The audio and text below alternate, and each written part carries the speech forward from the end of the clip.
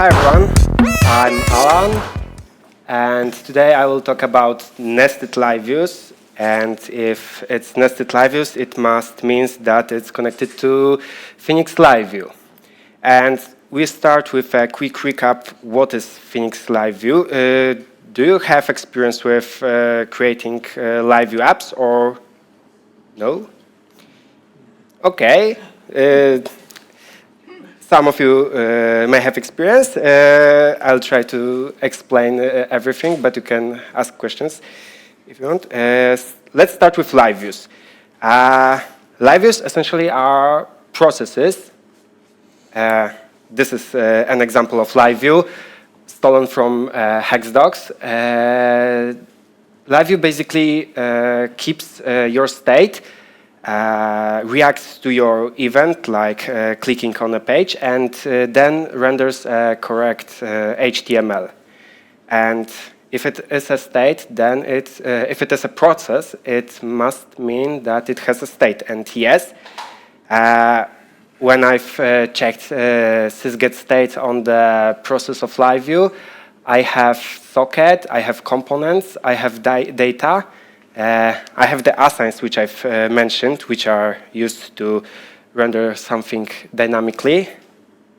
And also, if this is a process, it can communicate with other processes. It has many callbacks. I'm gonna focus on the handle info, which many of you may already know. And yeah. Essentially, I want you to understand that LiveView can receive messages. You can use Phoenix PubSub to work with it, and that's great. And the next thing is LiveComponents. And the first question is if LiveComponents are processes. And yeah, this is the LiveComponent. And LiveComponents are not processes. They are part of the parent LiveView. So this is how you can put LiveComponent into Higgs.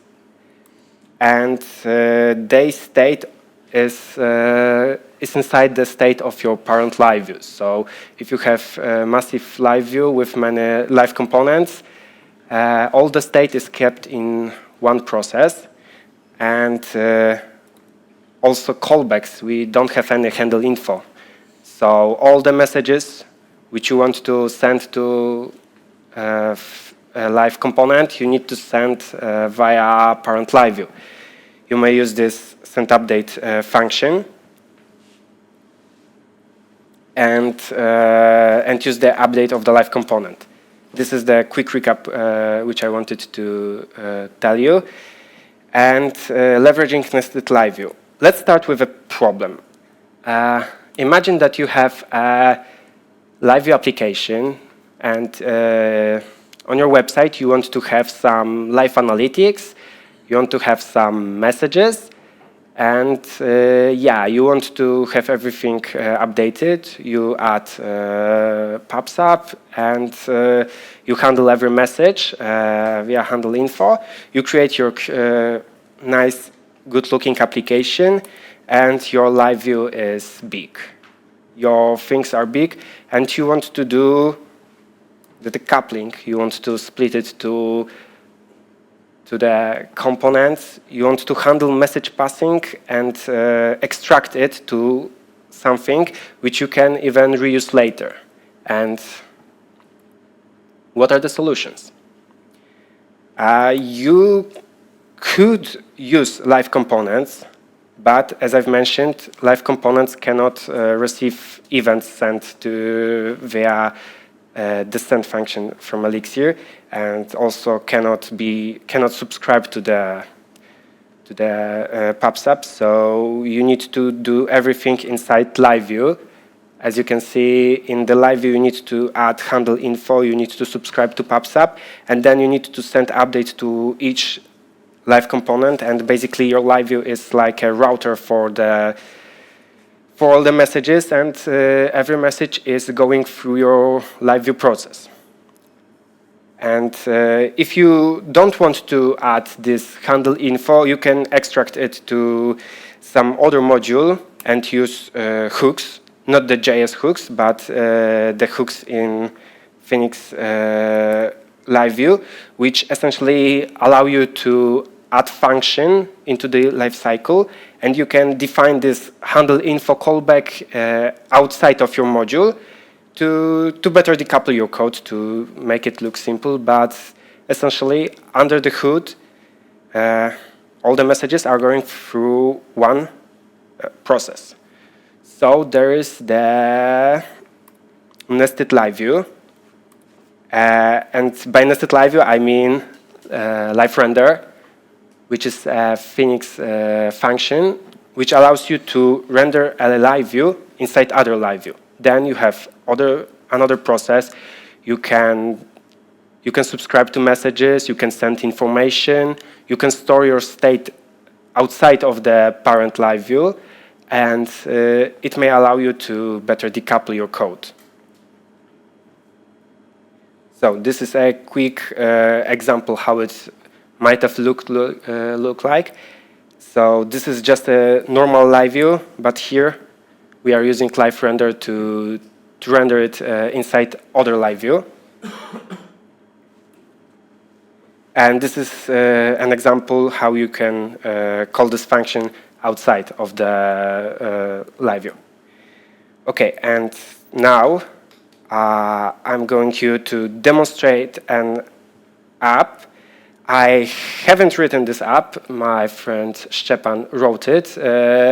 And this is basically a messaging app.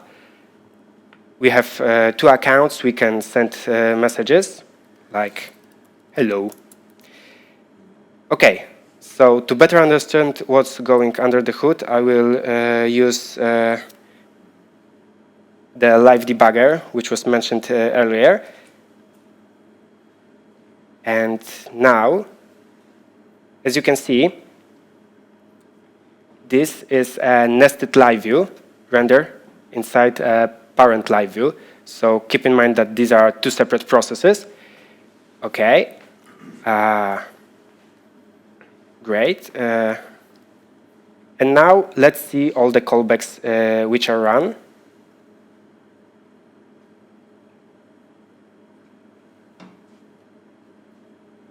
I will filter them so that you will only see handle info.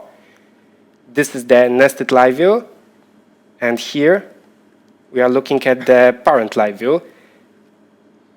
To show you that I'm not lying. Oh, OK.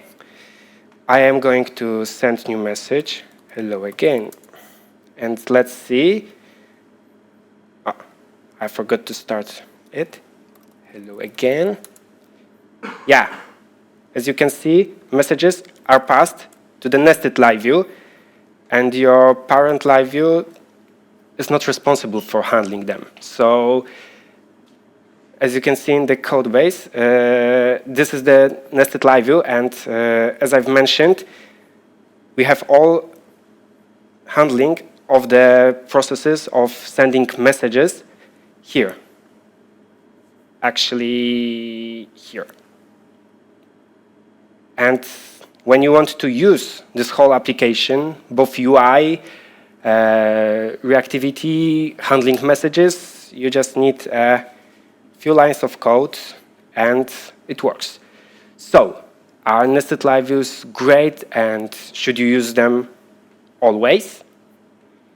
Actually, no. There are some caveats, and you need to think about them when you want to use them. The first is that LiveComponents and components can react to the change of the parent's state. You can pass the assigns downstream, and they will re-render. But here, when you have another process, when you want to change to, when you want to propagate some changes, you need to send the messages. It's great because you have this message passing encapsulated, but it also means that you need to use messages to change the state.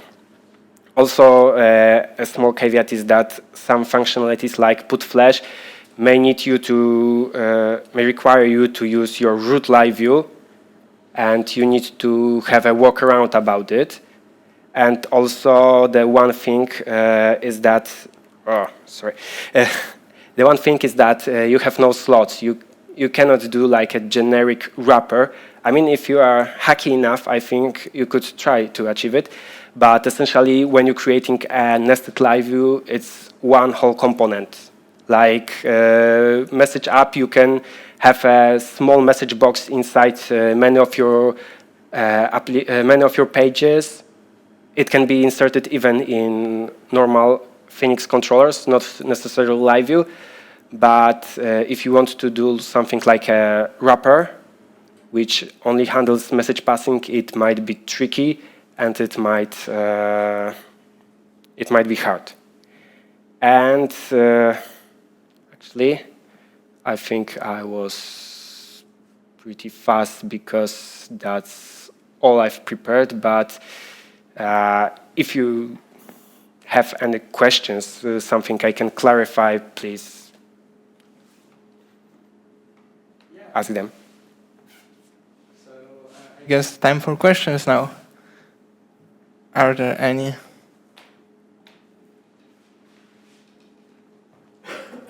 There's one there.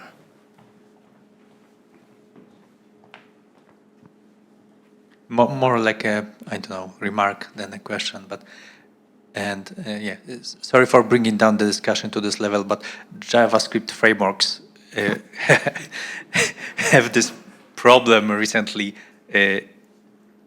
Like all of the JavaScript frameworks basically went into the component-based architectures, right? And for example, getting the data, like fetching something, right? They start to go into the direction that actually component does it, not the page, right? So you have basically something there, right? You can clearly see that, like, it's the zeitgeist, basically. Like people do things like this now, and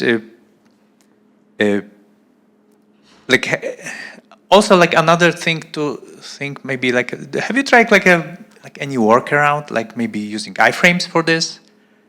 Could you be doing like embed one actual route inside the page via iframe, right? You mean like rendering a live view inside iframe inside other?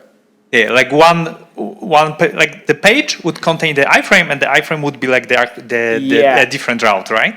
Actually, in some previous project, we had live views in iframes, and from my experience, it's not easy to handle it properly because of cookies handling proper sessions, especially when you have some live view which needs authentication or something like that. But yeah, iframes may come like a solution, but I think it's not the solution typically for live view, but rather a solution for the front-end frameworks in general. Yeah, because you would hit the same problems, right? Like with the flashes, with the pop-ups, for example. It will. Exactly. You will have the same problems, and I think that since it's already there, why not to just use it? Yes. Thank you. Any more questions?